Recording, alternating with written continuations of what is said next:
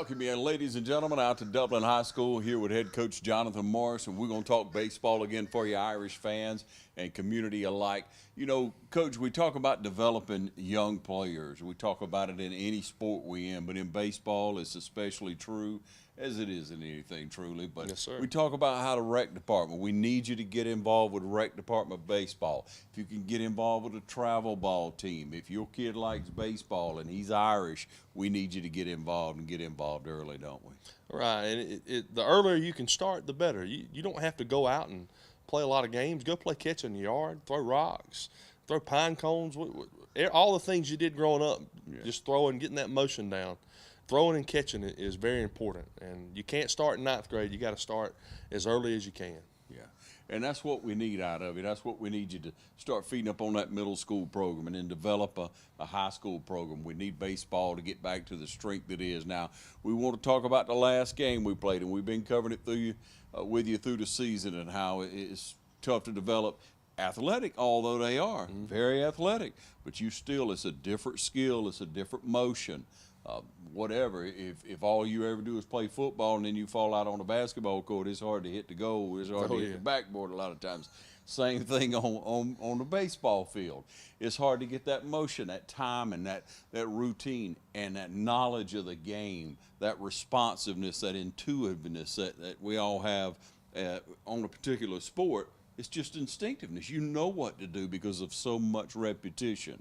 And that's what we need to develop, and that's what you're trying to develop here at Dublin High. But we face Washington County now, a formidable opponent in anything they show up on, and we love to beat the Golden Hogs. But Love to beat them, love to compete with them. Coach May does a fine job over there. They're going to be ready. They're well coached. They come to compete. They love to play us too. yeah. It's a big rivalry game. It's been that way for a long time, and they're well coached. They're going to come out and play hard. They're going to hit the ball. They're going to throw it and catch it. And I enjoy competing with them. Yeah. Now, you faced them recently, had a game against them. Started out with Trent Leroy, right? Right, and he's a phenomenal competitor. Looks like he might be a little guy. Plays many inches taller than he is. He'll enjoy me saying that. He's a competitor. He likes to be on the mound. Every game we play, he tells me he's ready. Coach, if you need me, I'm ready. He doesn't care how many pitches he throws. It doesn't matter what the book says, and right? when he's on the mound, we have a shot with anybody in our region. And he competed hard, got to his pitch count, and what's best for him is to pull him when he gets there. We can't throw him to full 120 this early in the season and expect him to be good for us later in the season. Yeah, and that's what matters. You got to make it to the end of the season. You got to win against the teams you should beat, or you close on, and see where the chips fall from there. What's the pitch count though? What'd you hold him to? He went to 89. We try to keep him around 60 early in the season. Yeah. And he's an experienced kid. He's long tossed. He throws in the off season, and we let him stretch out a little bit farther. But we try to keep him below 90 right now. You can throw 120 in a week.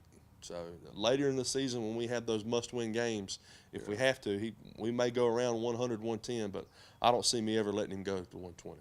Yeah, it's just not right to do that to a kid, is it, Coach? Well, not this young, and he may have some aspirations to move on and play later. And I don't think it's fair to him or his family to put his health in jeopardy just to play a ball game.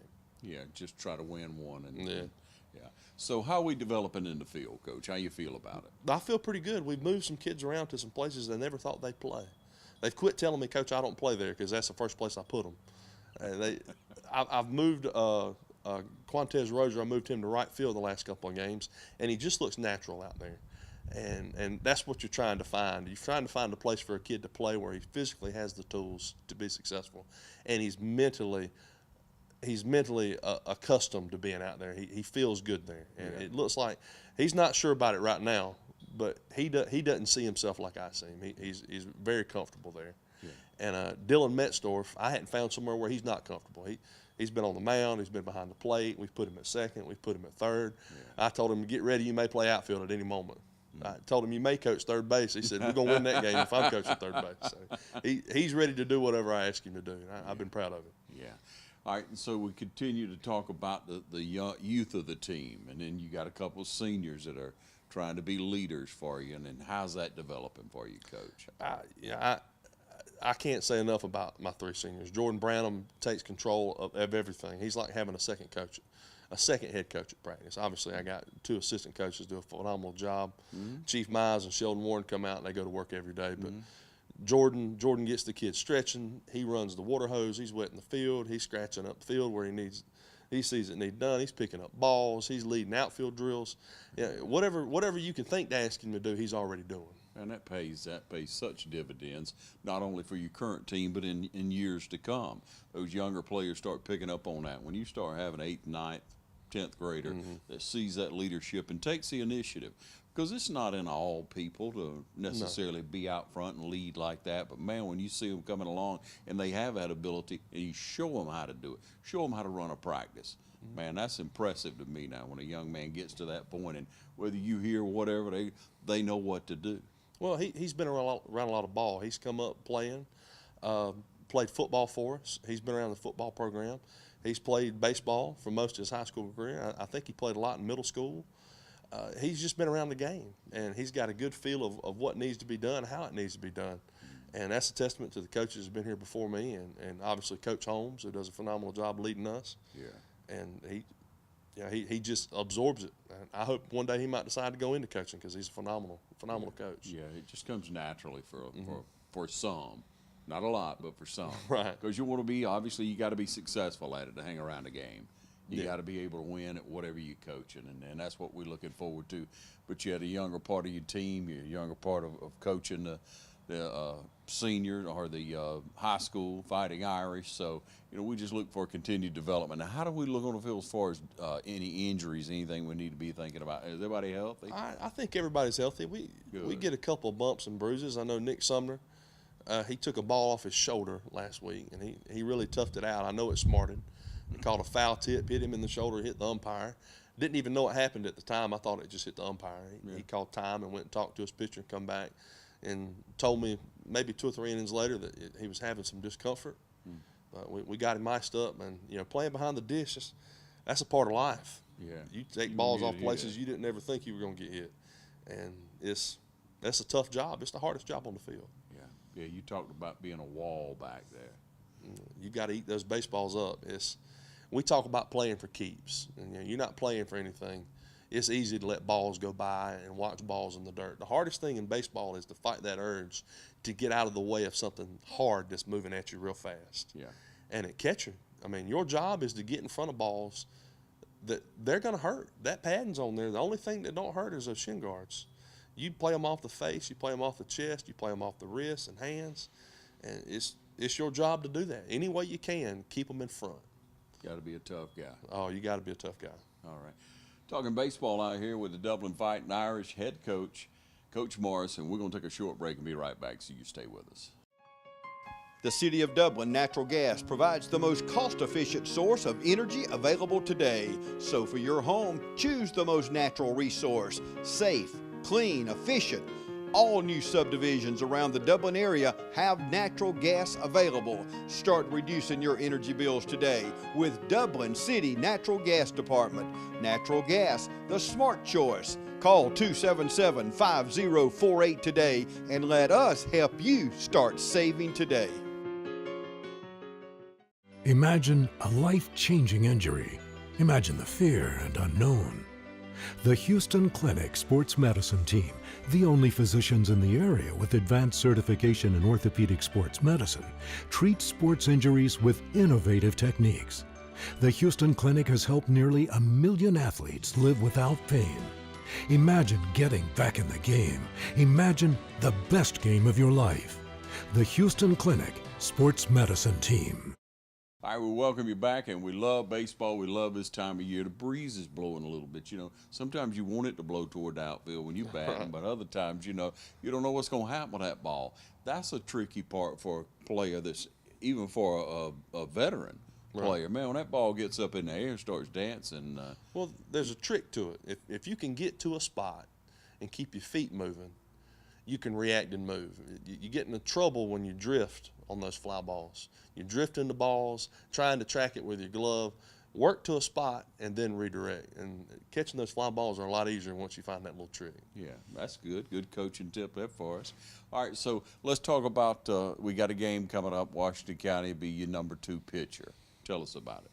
Washington County today at 5:30 and in Washington County in Sandersville. How does it feel to have to go over there and play?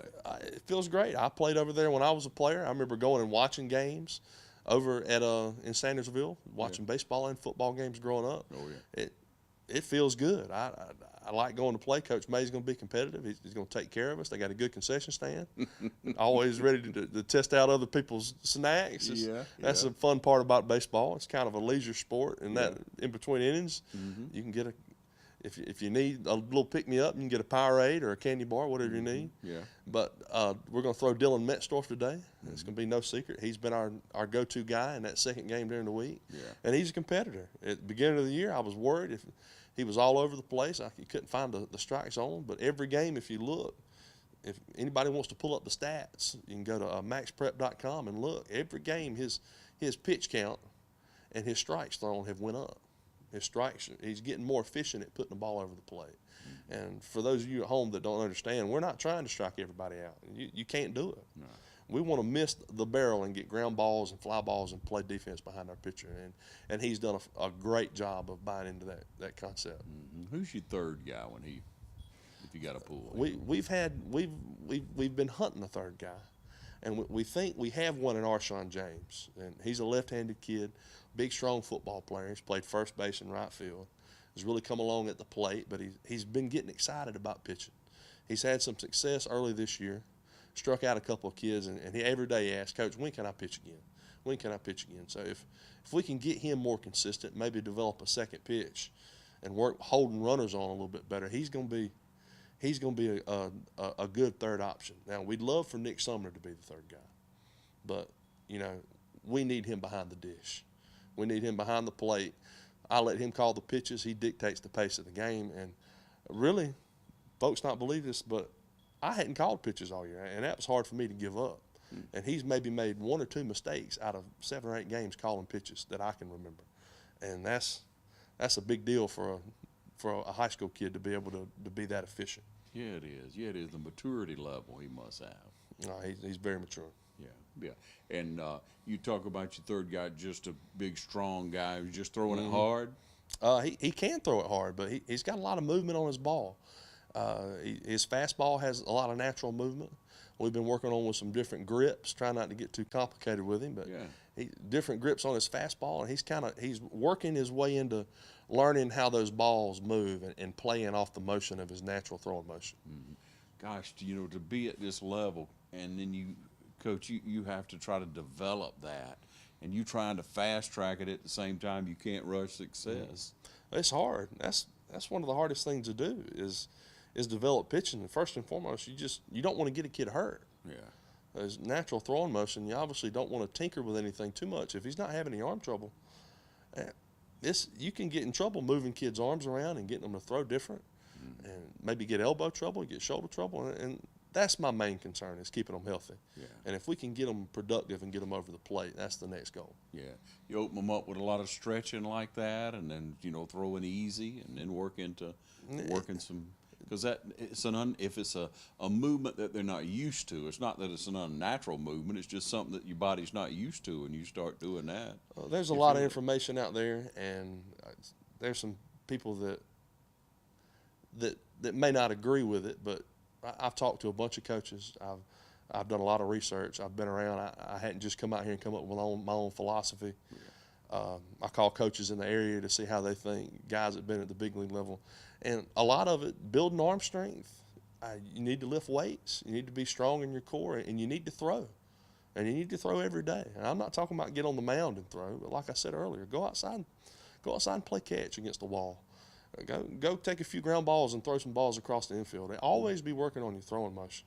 And that's what we're trying to do is get that throwing motion natural and comfortable with no pain. All right. In the dugout, talking to Coach Morris, here at Dublin High School. We're going to take a short break. We'll be right back. Stay tuned. Dublin City Schools announces pre-K and kindergarten registration, along with elementary school transfer day. All events will take place at Central Registration Office at 1405 Westmore Street in Dublin. Transfer day for current kindergarten through third graders only is March 22nd from 7 a.m. until 2 p.m. Only parents that want their students to change schools in the 2019-2020 school year should attend. Transfer can only be made by guardians. Photo ID is required. Pre-kindergarten registration and kindergarten registration for city and county residents are accepted. The pre-K child must be 4 years old on or before September 1st of 2019. Kindergarten child must be 5 years old on or before September 1st, 2019. Dates and times include March 20th from 10 a.m. until 6 p.m., March 21st, 22nd, and March 25th from 7 a.m. until 2 p.m., and then again March 26th and 27th from 10 a.m. until 6 p.m. Please bring proof of residence. We will accept current utility bills or rent or lease agreement. Proof of age with a certified birth certificate, copy of the child's Social Security card, current immunization record on Georgia Form 3231, eye, ear, and dental certificate on Form 3300, proof of Medicaid, or food stamps for pre-K only if applicable. Your child will not be officially registered until all documents are received. For more information on registration or elementary school transfer day, please call 478-353-8375 or check out our website at dcsirish.com. I welcome you back, ladies and gentlemen. Coach Morris, we want to talk a little bit beyond now this week and look into next week and see when people can turn out here. What a beautiful field this is. What a facility. I love what Dublin has to offer. Anywhere you go, you take pride in what you have. Right. The kids work hard. I do a lot of work out here, and so do my coaches, but most of what you see on the field, the kids do. Obviously, we have somebody that cuts the grass, and we keep the water flowing, but all the dirt, all the lips, all the edges, everything from building and claying the mound to sweeping the dugouts to picking up trash to keeping the balls out of the gutters, all the kids do that. It's, my time has come and gone. It's their time, it's their team, it's their school, and they take pride in it, and I've been proud of how they've handled themselves. Yeah, that's wonderful. When we look ahead, people are going to turn out, they want to watch some baseball next week. Who's coming to town and when we're going to travel? We got Wilkinson County on the 21st, and we'll play them away. Okay. Wilkinson County. We have a bye week next week, so hopefully we'll be able to, the kids will love this. Maybe Tuesday and Friday we'll drop practice down, and maybe some of the coaches will go out and get to see some other teams in the region. All right. And when we look on to Wilkinson County, what kind of opponent are they going to be for us? No, I don't know. The head coach is a local guy. He's a shepherd. As his family went to Trinity, he's going to have his kids prepared. Obviously, when you play Dublin, people want to beat us. In anything we do, they really enjoy beating Dublin, and we really enjoy trying not to let them do that. That's right. That's right. Coach, we appreciate what you're doing. We wish you more and more continued success, and let's go Irish. Yes, sir.